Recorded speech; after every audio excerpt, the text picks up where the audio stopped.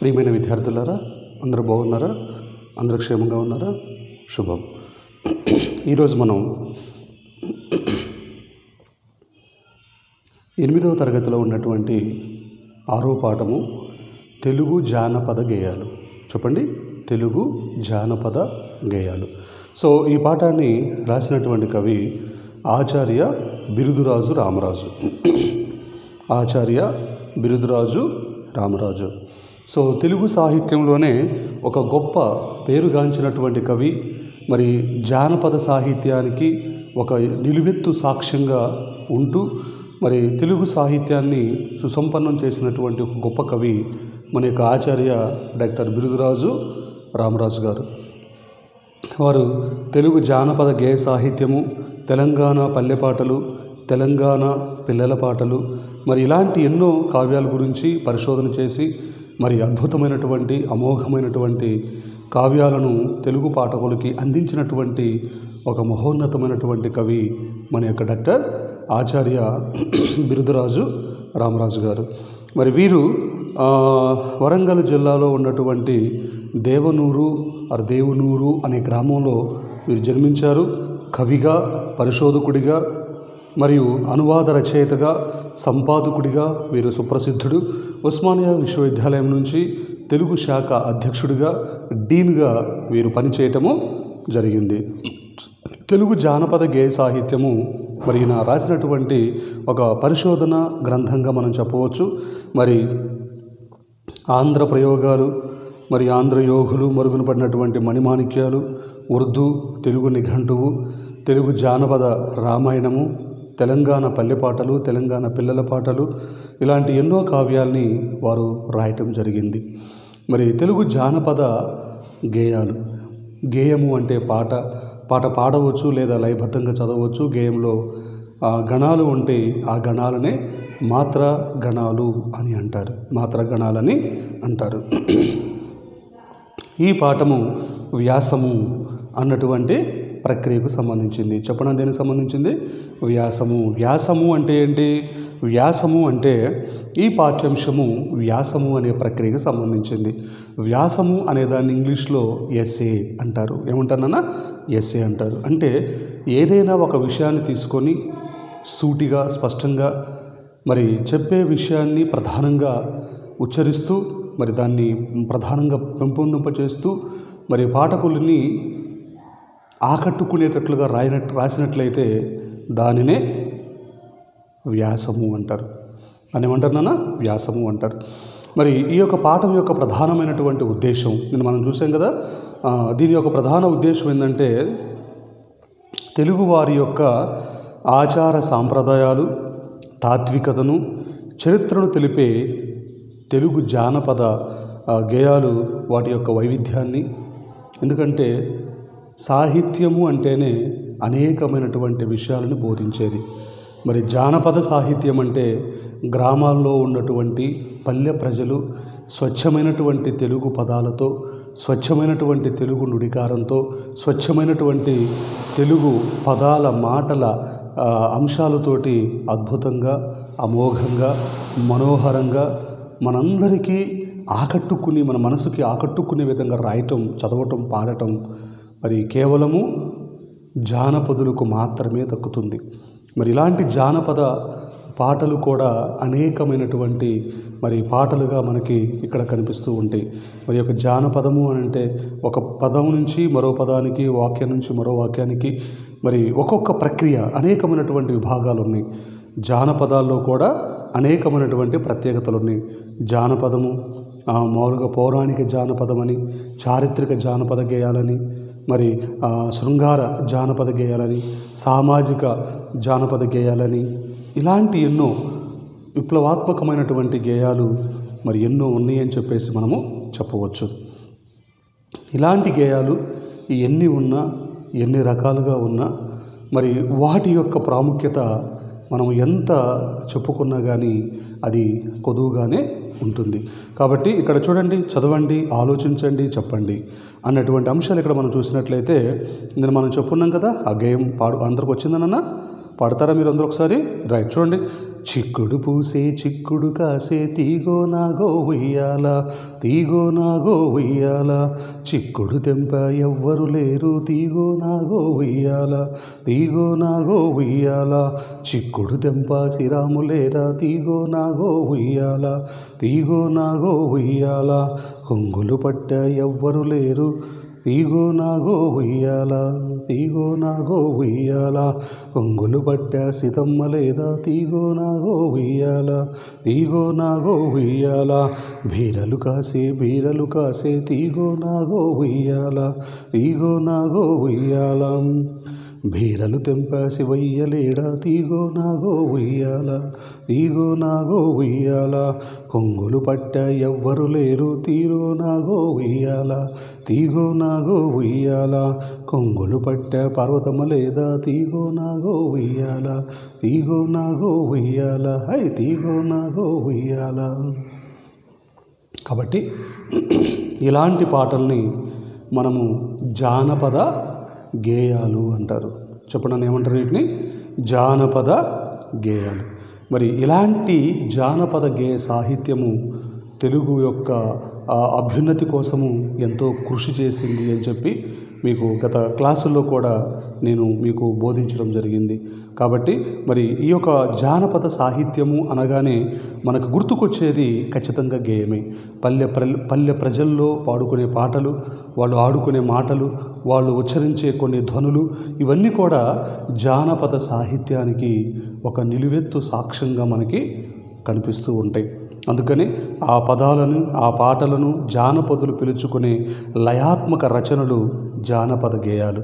ఈ గేయాలలో ఆయా ప్రాంత ప్రజల భావోద్వేగము, దైనందిన జీవితము, చరిత్ర, సంస్కృతి, భాష, ఇలాంటి ఎన్నో విషయాలు మనకి అక్కడ కనిపిస్తూ ఉంటాయి. సామూహిక ప్రచారము, సరళ భావము, జనప్రియత్వము వీటి యొక్క ప్రధానమైనటువంటి లక్షణాలు. సాంస్కృతిక వారసత్వంగా వచ్చే ఈ జానపద గేయాల్లోని ఔన్నత్యం గురించి ఈ యొక్క పాఠంలో మనము తెలుసుకోబోతూ ఉన్నాము. కాబట్టి ఆచార్య బిరుదురాజు రామరాజు గారు, మరి వీరు 20వ శతాబ్దానికి చెందినటువంటి వారని చెప్పుకున్నాము. చెప్పండినా, మీకు ఒక పరిచయం చెప్పాను కదా. చెప్పండి. ఫస్ట్ పాయింట్, తెలుగు జానపద గేయాలు అన్నటువంటి ఒక పాఠ్యభాగ రచయిత ఆచార్య బిరుదురాజు రామరాజు. వీరు 20వ శతాబ్దానికి చెందినటువంటి వారు. వీరు 20వ శతాబ్దానికి చెందినటువంటి వారు. వీరి రచనల్లో ముఖ్యమైనవి తెలుగు జానపద గేయ సాహిత్యము, తెలంగాణ పల్లెపాటలు, తెలంగాణ పిల్లల పాటలు మొదలైనవి. వీరు ఉస్మానియా విశ్వవిద్యాలయంలో మరి ఆచార్యుడిగా పనిచేశారు, తెలుగు శాఖ అధ్యక్షుడిగా పనిచేశారు, ఒక డీన్గా పనిచేశారు అని చెప్పి మనం చెప్పుకున్నాము. వీరి రచనా శైలి సరళంగా, సుందరంగా మరియు జనప్రియత్వంతో కూడుకొని అందరికీ అర్థమయ్యే రీతిలో ఉంటుంది అని చెప్పి మీకు మనం నిన్న గత క్లాసులో చెప్పుకోవటం జరిగింది. ఓకేనా? సో ఈరోజు ఈ క్లాసులో మనం మరి యొక్క పాఠములో ఉన్నటువంటి మొదటి భాగాన్ని ఈరోజు మనము చూడబోతూ ఉన్నాము.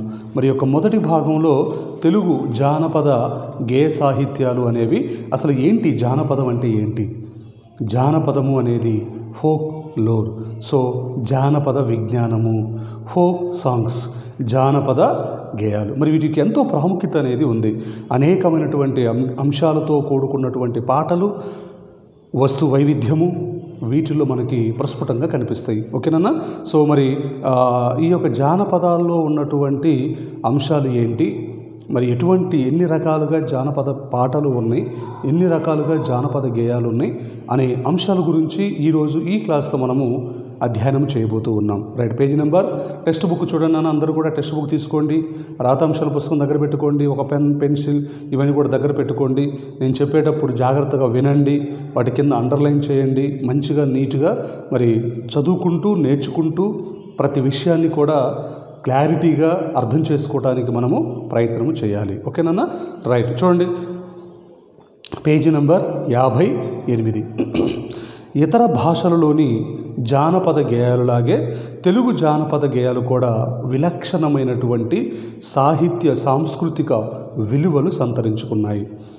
ప్రజల నోటి నుంచి అప్రయత్నంగా వెలువడిన ఈ గేయాలలో చక్కటి శిల్పం అనేది కానవస్తుంది. ఈ గేయ సంపదను భద్రపరిచి విశ్లేషించి పరిశీలించటము ఎంతైనా అవసరం. తెలుగు భాషా సంస్కృతులు చరిత్ర ఎంత ప్రాచీనమైనదో తెలుగు జానపద గేయ చరిత్ర కూడా అంతే ప్రాచీనమైనటువంటిది. కాబట్టి జానపదం అనేది ఇదిగో ఇప్పుడు పుట్టింది, ఈ కాలంలో పుట్టింది, ఇక్కడుంది, అక్కడుంది అని చెప్పటానికి అవకాశం అనేది లేదు. ఎందుకనంటే భూమి పుట్టిన దగ్గర నుంచి జానపదం అనేది కూడా పుట్టింది అంటారు. ఎందుకనంటే ఈ గేయాల్లో చక్కటి శిల్పం అనేది కనపడుతూ ఉంది. ప్రాచీనమైనటువంటి తెలుగు ఈ గేయ సంపదను భద్రపరిచి విశ్లేషించి పరిశీలించడం ఎంతైనా అవసరం. ఎందుకంటే తెలుగు భాషా సంస్కృతులు చరిత్ర ఎంత ప్రాచీనమైనవో, అంటే తెలుగు భాష అనేది ఎంత ఓల్డ్, ఎంత ప్రాచీనమైందో ఆ రోజు నుంచి మరి తెలుగు భాష అనేది కూడా పుట్టి ఉంటుంది. మరి తెలుగు భాష పుట్టిన దగ్గర నుంచే జానపదము కూడా పుట్టి ఉంటుంది అని చెప్పి మనము చెప్పవచ్చు. ఎందుకంటే ఇతర భాషలు, ఎన్నో భాషలు ఉన్నాయి మనకి. భారత రాజ్యాంగం గుర్తించినటువంటి 21 భాషలు ఉన్నాయి. అవి కాకుండా మన భారతదేశంలో సుమారు 5258 భాషలు ఉన్నాయి. మరి ప్రపంచం మొత్తం మీద 10,000కు పైగా భాషలు ఉన్నాయి. ఇన్ని భాషల్లో జానపదము అనేది ప్రతి భాషలో కూడా ఉంది. ఆ విధంగానే మన యొక్క తెలుగు భాషలో కూడా ఈ జానపదము అనేది ఉన్నది అని చెప్పి మనము చెప్పవచ్చు. అయితే విలక్షణమైనటువంటి సాహిత్య సాంస్కృతిక విలువలు సంతరించుకుంది. జానపదం అనేది ఒక విలక్షణమైనటువంటిది. ఎందుకంటే దీనికి కవి ఎవరో తెలియదు, ఎప్పుడు రాశారో తెలియదు. అంటే రైటర్ కానీ లిఖిత రూపకంగా కానీ మనకి ఎక్కడ కూడా కనపడదు. ఒక అజ్ఞాత కవులు ఎంతోమంది పల్లెల్లో పని చేసుకునేవాళ్ళు, కాయకష్టం చేసుకునేవాళ్ళు, వాళ్ళ ఆటల్లో, వాళ్ళ పాటల్లో, వాళ్ళ మాటల్లో మరి ఇవన్నీ కూడా మనకి స్పష్టంగా కనిపిస్తూ ఉంటాయి. అందుకని వీటికి ఒక విలక్షణమైనటువంటి సాహిత్య సాంస్కృతిక విలువలు సంతరించుకున్నాయి. ప్రజల నోటి నుంచి అప్రయత్నంగా అంటే అనుకోకుండా ప్రజల నోటి నుంచి అప్రయత్నంగా వెలువడిన ఈ గేయాలలో చక్కటి శిల్పం అనేది దాగి ఉంది. చూడండి, ఏ పాట తీసుకున్నా మరి పిల్లోడికి అసలు ఏమి రాదు. వాడికి మనం చెప్పున్నాం కదా, వాడిని ఉయ్యాల పడుకోబెట్టి హాయిగా వాడిని జోలపాటు పడుతూ ఉంటే గుర్రు పెట్టి నిద్రపోతాడు. మనం చూసాం కదా, లాలీ లాలీ లాలీ లాలీ లాలీ లాలీ లాలీ లాలీ అంటే ఆ లాలీ అన్నటువంటి మాట అనగానే ఆటోమేటిక్గా వాడు నిద్రపోతున్నాడు. ఇది ఈ సాహిత్యంలో ఉన్నటువంటి ఒక ప్రత్యేకమైనటువంటి అంశంగా మనం చెప్పవచ్చు. సో అదేవిధంగా మరి ఈ జాతీయ కవిత ప్రజలకు అత్యంత సన్నిహితం కావటం చేత తెలుగులోని శిష్ట సాహిత్యం కంటే జానపద గేయాలే తెలుగువారి సంస్కృతికి ఉత్తమ దర్పణంగా ఉన్నాయి. అయితే మనకి శిష్ట సాహిత్యం అనేది అంటే లిఖిత రూపకంగా రచయిత పరంగా ఎప్పుడు ప్రారంభమైందయ్యా అంటే క్రీస్తు శకం 11వ శతాబ్దంలో ఆది కవి నన్నయ భట్టారకుడు రాసినటువంటి ఆంధ్ర మహాభారతం దగ్గర నుంచి మనకి ప్రారంభమవుతుంది. అయితే జానపదం అనేది 11th సెంచరీ నుంచి కాదు సుమా, తెలుగు ప్రజలు పుట్టినప్పటి నుంచే తెలుగులో ఈ జానపదం అనేది కూడా పుట్టింది. అందుకనే ఈ జాతీయ కవిత ప్రజలకు అత్యంత సన్నిహితం కావడం చేత తెలుగులోని శిష్ట సాహిత్యం కంటే జానపద గేయాలే తెలుగువారి సంస్కృతికి ఉత్తమ దర్పణంగా ఉన్నాయి. తెలుగువారి యొక్క విషయానికి ఒక అద్భుతమైనటువంటి దర్పణంగా ఉన్నాయి అని చెప్పేసి మనము చెప్పవచ్చు. ఇక ఈ జాతీయ కవిత ప్రజలకు అత్యంత సన్నిహితం కావడం చేత తెలుగులోని శిష్ట సాహిత్యం కంటే జానపద గేయాలే తెలుగువారి సంస్కృతికి ఉత్తమ దర్పణంగా ఉన్నాయి. చూసారా? కాబట్టి ఇవి తెలుగు సాహిత్యానికి ఒక అద్భుతమైనటువంటి ఒక నిలువెత్తు సాక్ష్యంగా ఉన్నటువంటి అంశాలుగా మనము వీటి గురించి చెప్పవచ్చు. తర్వాత చూడండి, 3వ పేర చూడండి. వాస్తవానికి జానపద గేయాలు శక్తిని, చైతన్య స్ఫూర్తిని తెలుగు ప్రజల జీవన స్రవంతి నుంచి మరి పరిగ్రహించాయి. మరి అందువల్ల మతపరమైనటువంటి ఉద్యమాలు, వీర కృత్యాలు, మహాపురుషుల గాథలు, ఆచార వ్యవహారాలు, సంప్రదాయాలు, విశ్వాసాలు, వినోద సాధనాలు, సౌందర్యము, సంపద, విషాద వృత్తాంతాలు. ఒక్క మాటలో చెప్పాలంటే తెలుగు ప్రజల జీవితం యావత్తు కూడా ఈ జానపద గేయాల్లో మధుర మంజుల శృతిలో మనకి ప్రధ్వనిస్తూ ఉంటుంది. తెలుగువారి దైనందిన జీవితంలో కవిత సౌరభం గుబాలిస్తుంది. మనోల్లాసానికి, ఆనందానికి మాత్రమే కాక ఈ గేయాలను మరి పడవ నడిపేవాడు, కుప్ప నూర్చేవాడు, పొలం దున్నేవాడు, బరువులు మోసేవారు, కాయకష్టం చేసి ఇతర ప్రజలు శ్రమను పోగొట్టుకునే నిమిత్తము వాళ్ళు పాడుకుంటూ ఉంటారు.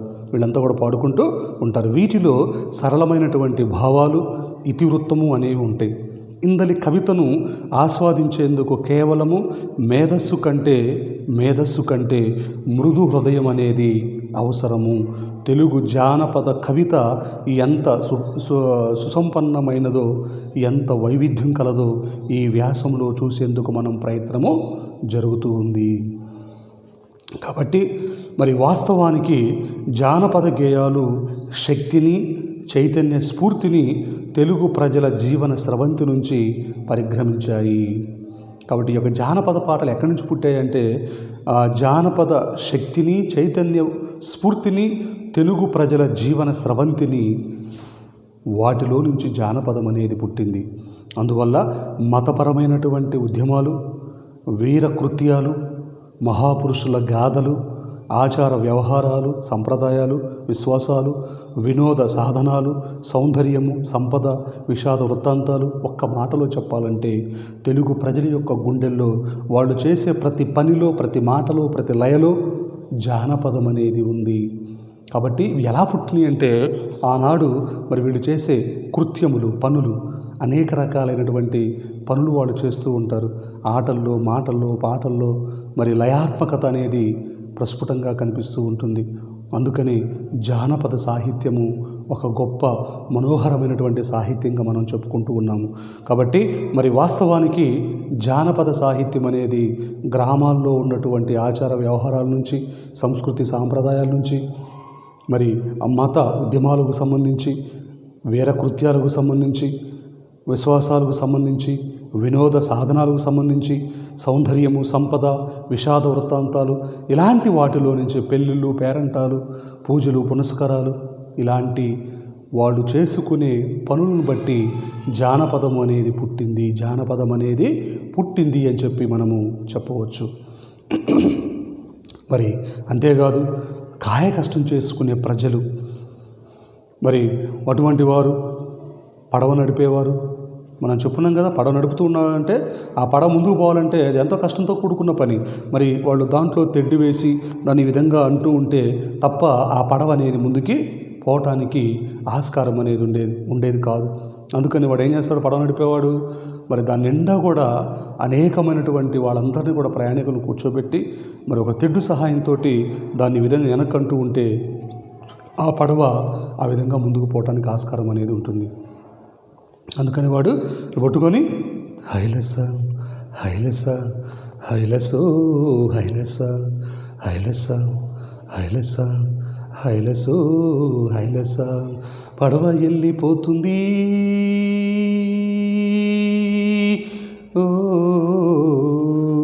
హైలస హైలస హైలసో హైలస. ఈ హైలస అన్నటువంటి పదాన్ని వాడు వాడకపోతే ఈ పడవ ముందుకు పోవటానికి ఆస్కారం అనేది ఉండదు. కాబట్టి ఆ శ్రమ, ఆ కష్టము అనేది అంటకుండా ఉండటానికి వీళ్ళు ఈ యొక్క పదాన్ని వాడుతూ ఉంటారు. అదేవిధంగా తెలుగువారి యొక్క దైనందిన జీవితంలో కవిత సౌరభం గుబాలిస్తుంది. మనసుకి ఉల్లాసాన్ని, ఆనందాన్ని ఇవ్వటమే కాక ఈ గేయాలు అనేకమైనటువంటి వారికి ఆ కష్టం నుంచి, ఆ శ్రమ నుంచి, ఆ బాధ నుంచి రిలాక్స్ అనేటువంటిది కలగటానికి, విరామం, విశ్రాంతి కలగటానికి, అది ఒక మానసిక ఊరట కలగటానికి అది ఎంతో తోడ్పడుతుంది అని మనము చెప్పవచ్చు. అందుకనే పడవ నడిపేవారు, కుప్ప నూర్చేవాడు. మరి కుప్పలు కొడతారు కదా పూర్వం. అంటే ఇప్పుడంటే మనకు ట్రాక్టర్లు వచ్చినాయి, లేదంటే డైరెక్ట్ మిషన్ వచ్చినాయి, కోసి దాంట్లో పడేస్తే రైస్ ఒడ్డుకి ఒడ్లు, కంకులకి కంకులు పక్కకి వెళ్ళిపోతూ ఉంటాయి. అంటే ఆ వరి దానికి చెత్తకు సంబంధించి పక్క వెళ్ళిపోతూ ఉంటుంది. బట్ ఆ రోజుల్లో ఏంటంటే మరి ఉదయాన్నే పనులు చేసుకునేవాళ్ళు, మరి ఉదయాన్నే 4 గంటలకో 3 గంటలకో లేచేవాళ్ళు, మరి 5 గంటలకల్లా పొలం కాడికి వెళ్ళేవాళ్ళు. మరి ఆ కళ్ళెం ఉంటుంది, ఆ కళ్ళెం మొత్తాన్ని కూడాను కింద ఒక పెద్ద పరదాలు వేసి ఆ పరదాల పైన ఆ చెత్తంతా కూడా తీసుకొచ్చి వేసి మరి దాన్ని మరి ఎంతో చక్కగా మరి ఎద్దులతోటి బరిగొడ్లతోటి ఆవులతోటి తొక్కిస్తారు. అలా తొక్కిన తర్వాత ఆ చెత్తంతా కూడాను ఆ ఒడ్లని రాలిపోతాయి.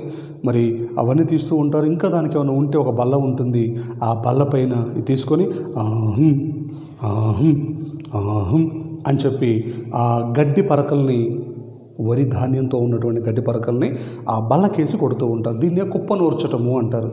సో దీన్ని ఏమంటారు నాన్న? కుప్ప నూర్చటము అంటారు. సో ఈ కుప్ప నూర్చేటప్పుడు కూడా మరి అది ఎంతో కష్టంతో కూడుకున్న పని. అందుకనే వాడు ఆ గడ్డి పరకలు పట్టుకొని ఆ బల్లకేసి కొట్టేటప్పుడు ఆహుం ఆహుం ఆహుం అన్నటువంటి ధ్వనిని వాడు చేస్తాడు. ఆహు అన్నటువంటి ఆ పదము రాకపోతే వాడు ఆ పని చేయలేడు, వాడు ఆ పనిని చేయలేడు. ఎందుకంటే ఆ పనికి, ఆ మాటకి, దీనికి రెండింటికి మధ్య ఎంతో అవినాభావ సంబంధం అనేది ఉన్నది. అదేవిధంగా మరి వాళ్ళే కాదు, కుప్పనూర్చేవారు, పొలం దున్నేవారు.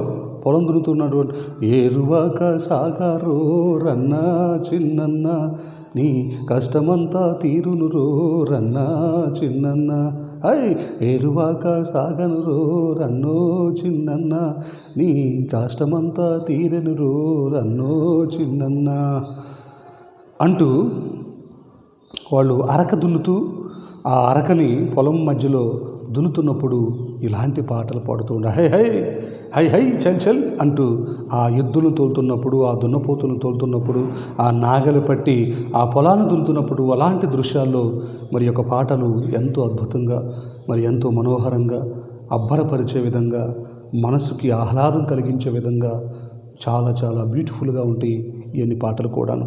మరి పొలం దున్నేటప్పుడు, బరువులు మోసేటప్పుడు కూడా కొట్టుకుంటారు. హైలెస్స హైలెస్స హైలెస్సో హైలెస్స. అదొకటి. ఇంకోటి పల్లకీలు ఉంటాయి. పూర్వకాలంలో పల్లకీలు మహారాజులు మహారాణులు కూర్చునేవాడు, లేదంటే బాగా డబ్బున్నటువంటి వాళ్ళు ధనవంతులు దాంట్లో కూర్చుంటే వీళ్ళు మోసేటప్పుడు లేదా బరువులు మోసేటప్పుడు కూడా ఇది పట్టుకొని ఓహం ఓహం హో హో ఓహం ఓహం హోం హోం ఓహం ఓహం హో హై ఓహం ఓహం హోం హై అన్నటువంటి యొక్క పదం, ఈ ధ్వని వాళ్ళు చేస్తూ ఆ బరువుని వాళ్ళు మోస్తూ ఉంటారు. ఇంకోటి పెద్ద పెద్ద పత్తి దానికి సంబంధించినటువంటి బేళ్ళు మోసేటప్పుడు కానీ, లేదంటే పెద్ద పెద్ద బస్తాలు మోసేటప్పుడు కూడా వాళ్ళు హై హై హై హై అన్నటువంటి ధ్వని, అన్నటువంటి ఆ రకరకాల ధ్వనులు చేస్తూ వాళ్ళు ఆ పని నుంచి రిలాక్సేషన్ పొందడానికి ఆ విధంగా వాళ్ళు ప్రయత్నము చేస్తూ ఉంటారు. కాబట్టి మరి ఈ విధంగా పొలం దున్నేవారు, బరువులు మోసేవారు, కాయ కష్టం చేసే ఇతర ప్రజలు శ్రమను పోగొట్టుకోవడానికి నిమిత్తం ఇలాంటి పాటలు ఎన్నో పాడుతూ ఉంటారు. మరి వీటిలో సరళమైనటువంటి భావాలు, ఇతివృత్తం అనేవి ఉంటాయి. మరి ఇందలి కవితను ఆస్వాదించేందుకు కేవలము మేధస్సు కంటే మృదు హృదయం అనేది అవసరము. మరి వాళ్ళ సాహిత్యంలో మరి సంస్కృత సమాస భూయిష్టమైనటువంటి పదాలు, అర్థం కాని గజిబిజి పదాలు అనేవి ఉండవు. శిష్ట సాహిత్యంతో కూడుకున్నటువంటి పదాలు ఉండవు. సామాన్య మాటలు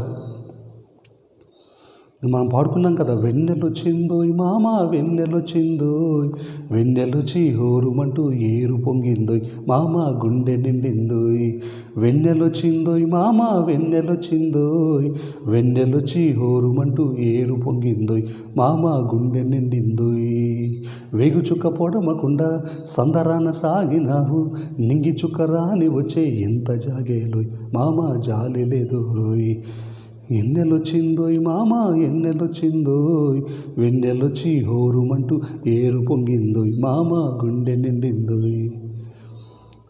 సాయంత్రం అనే పదం సందరాన సాగినావు, సందరాన మరి లచ్చి మామ, మామయ్య, మామ ఇలాంటి పదాలు మనకి అంటే వ్యవహారిక పదాలకి భిన్నంగా ఒక పల్లెటూరులో ఉన్నటువంటి వాళ్ళు, చదువుకోలేనటువంటి వాళ్ళు మాటలు ఎలా ఉంటాయో అలాంటి యాస, అలాంటి భాష, అలాంటి పదజాలం ఈ జానపద గేయాల్లో ఉంటాయి.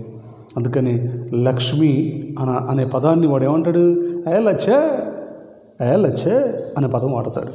లక్ష్మి అనే పదం లచ్చిగా మాట్లాడతాడు.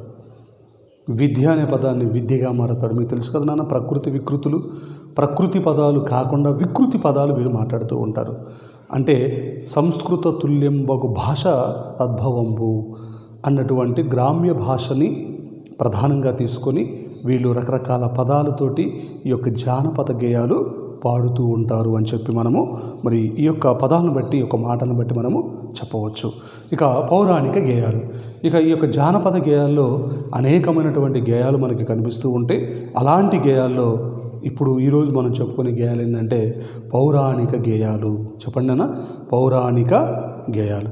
మరి ఈ యొక్క శిష్ట సాహిత్యంలో మాదిరే జానపద గేయాలకు కూడా పురాణ ఇతిహాసాల నుంచి కథా వస్తువును మరి స్వీకరించారు. రామాయణాదాలలో అనువాదాలలో మూలంలో లేనటువంటి గాథలు మరి ఎన్నో కనపడుతూ ఉంటాయి. మరి జానపద గేయాల్లో దాదాపు ప్రసిద్ధి పౌరాణిక గాథలన్నీ మనకు కనిపిస్తూ ఉంటాయి. పౌరాణిక గాథలపైన మన గ్రామీణుల యొక్క గొప్ప భక్తి ప్రేమాభిమానాలు చూపుతారు.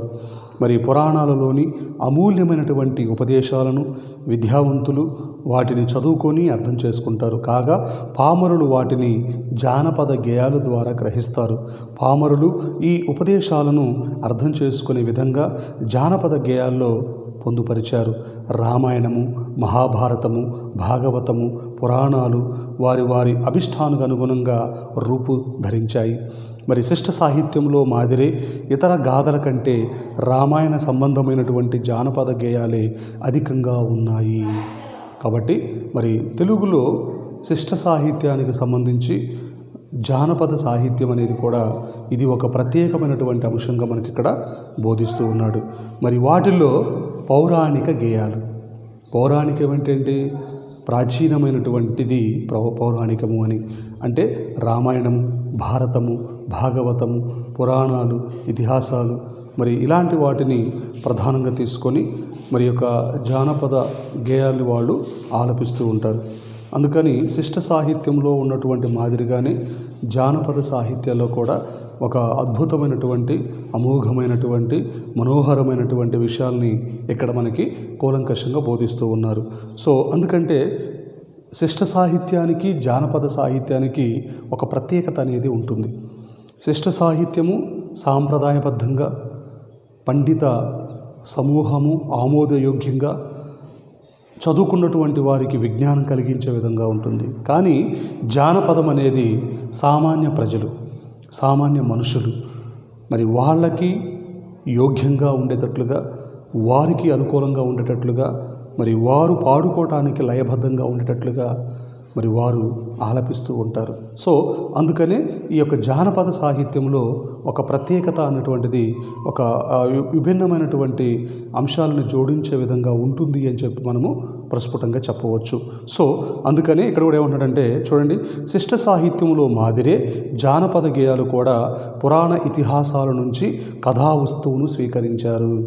మరి జానపదులు కూడా ఎక్కడి నుంచి తీసుకున్నారు ఈ యొక్క పాటలన్నీ అంటే పూర్వకాలంలో ఉన్నటువంటివి ఏమున్నాయి, ఇతిహాసాలు, పురాణాలు ఇవన్నీ ఉన్నాయి. మరి వీటిల్లో ఉన్నటువంటి స్టోరీస్ని జానపదులు కూడా తీసుకున్నారట. అందుకని రామాయణాదుల్లో ఉన్నటువంటి ఆ మూలంలో లేనటువంటి ఎన్నో కథల్ని జానపదులు కొత్తగా సృష్టించారు.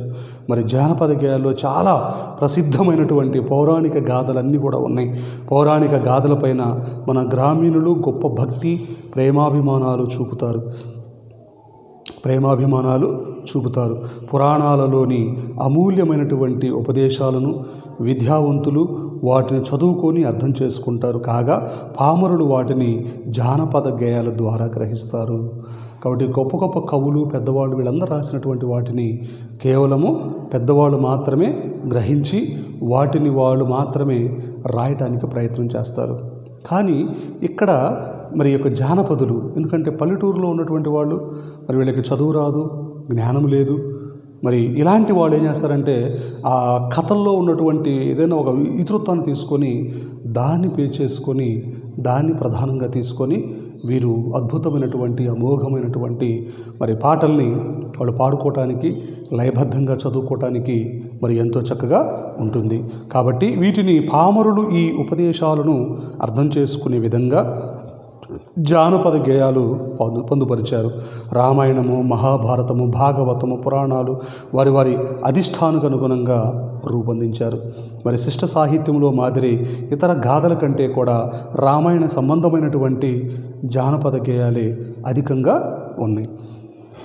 ఇక వీటిలో వీళ్ళు తీసుకున్నటువంటి ఎటువంటి వృత్తాలు తీసుకున్నారంటే, ఎటువంటి ఇతివృత్తాలు తీసుకున్నారంటే శాంతా కళ్యాణము, పుత్రకామేష్టి, శ్రీరాముల ఉగ్గుపాట, రఘురామ కళ్యాణము, రాఘవ కళ్యాణము, రాముల వారి అలక, సుగ్రీవ విజయము, ఊర్మిళాదేవి నిద్ర, శ్రీరామ పట్టాభిషేకము, అంగద రాయభారము, లక్షణ మూర్ఛ రామాయణంలో ఉన్నటువంటి కొన్ని ఘట్టాలను వివరిస్తాయి.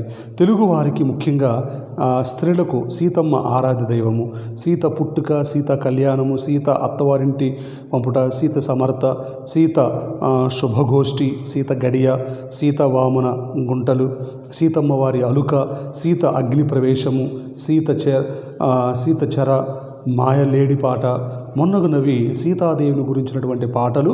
రామాయణం తర్వాత భారత సంబంధమైనటువంటి పాటలు అధిక సంఖ్యలో ఉన్నాయి. సో మరి ఈ యొక్క జానపదులు పాడుకునే పాటల్లో ఇవన్నీ కూడా ఉంటాయి.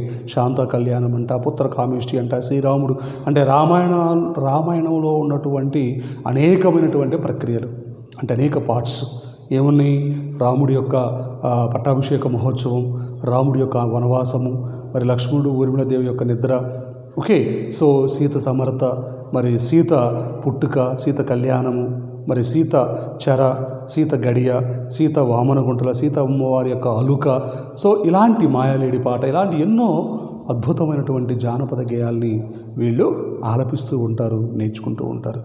సో ఏది నేర్చుకున్నా ఏం చెప్పినా దేనికదే ఒక ప్రత్యేకమైనటువంటి అంశాలుగా ఉంటాయి. దేనికదే ఒక ప్రత్యేకమైనటువంటి విభిన్నమైనటువంటి అంశాలుగా వీటిని బోధించడం జరుగుతుంది. సో ఇది ఈరోజు మనం చెప్పుకున్నటువంటి మొదటి భాగానికి సంబంధించినటువంటి అంశాలు. సో ఈరోజు మనం జానపదం అంటే ఏంటి, జానపద సాహిత్యంలో ఉన్నటువంటి ప్రక్రియలు ఏంటి, మరి దేన్ని ఇతరత్వంగా తీసుకొని వీళ్ళు పాటలు రాస్తారు అనే విషయాల గురించి, మరి ముఖ్యంగా ఈరోజు మనం చెప్పుకున్న జానపద ప్రక్రియలు ఎన్నో ఉన్నాయి. వాటిల్లో ఒకటి జానపద పౌరాణిక గేయాలు. పౌరాణిక గేయాల గురించి ఈరోజు మనం చెప్పుకున్నాం. పౌరాణికం అంటే పురాణాలు, ఇతిహాసాలు. మరి ఇతిహాసం అంటే రామాయణము, భారతము, భాగవతము. మరి వీటిలో ఉన్నటువంటి కథల్ని, వీటిలో ఉన్నటువంటి అంశాలను ప్రధానంగా తీసుకొని వీళ్ళు ఏ విధంగా పాటలు పాడుకున్నారు, ఏ విధంగా వీళ్ళు ఆలపించేవారు, మరి ఇవన్నీ కూడా మీకు ఇప్పుడు ఈ క్లాసులో చెప్పడం జరిగింది. దీంతో మనకి మొదటి భాగం అనేది కంప్లీట్ కావడం జరిగింది. జానపద గేయాల్లో ఈరోజు మనము పౌరాణిక గేయాలు చెప్పండి, పౌరాణిక గేయాలు వీటి గురించి మనము ఈరోజు ఈ క్లాసులో అధ్యయనం చేయటము జరిగింది. రేపటి క్లాసులో చారిత్రక గేయాల గురించి మనము తర్వాత క్లాసులో డిస్కషన్ చేద్దాం. ఓకేనా? సో ఇది మరి ఈరోజు చెప్పినటువంటి పాఠంలో నుంచి ఎగ్జామినేషన్లో మనకి ఎలాంటి ప్రశ్నలు రావటానికి అవకాశం అనేది ఉంది అని అంటే, తెలుగు జానపద గేయ చరిత్ర ప్రాచీనమైనదని నువ్వు ఎలా చెప్పగలుగుతావు? ఎందుకంటే తెలుగు జానపద గేయం అనేది ఎంతో అతి ప్రాచీనమైనటువంటిది, చాలా పురాతనమైనటువంటిది. మరి అలాంటి వాటి గురించి మనం రాయాలి.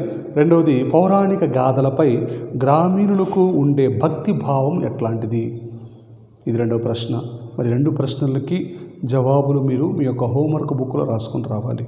ఓకేనా? ఇది ఒకటి. రెండవది, ఈరోజు మనం చెప్పుకున్నటువంటి మొదటి భాగాన్ని కూలంకషంగా చదువుకొని నేర్చుకొని మీరందరూ కూడా రావాలి. ఓకేనా? సో ఇది ఈరోజు మనం చెప్పుకున్నటువంటి మొదటి భాగానికి సంబంధించినటువంటి అంశాలు. సో తెలుగు జానపద గేయాలు అన్నటువంటి ఒక పాఠంలో ఉన్నటువంటి మొదటి భాగాన్ని రెండో వీడియోలో మనము ముగించుకోవటం జరిగింది. ఇక తర్వాత రెండవ భాగం గురించి, చారిత్రక గేయాల గురించి మనము నెక్స్ట్ వీడియోలో చూస్తాము. మీకు తెలిసినటువంటి పౌరాణిక గేయాలను మీ పెద్దవాళ్ళని అడిగి, లేదంటే మీ చుట్టుపక్కల ఎక్కడన్నా లభ్యమైతే వాటిని సేకరించి వాటిని రాసుకొని పాడి వినిపించడానికి మీరు ప్రయత్నం చేయండి. ఓకేనన్నా? సో ఇది ఈరోజు మనం చెప్పినటువంటి ఒక పాఠము. ఈరోజు చెప్పిన భాగం మీ అందరికీ అర్థమైందని చెప్పి నేను భావించుకుంటూ సెలవు తీసుకుంటున్నాను. మీ అందరికీ నా హృదయపూర్వక ధన్యవాదాలు.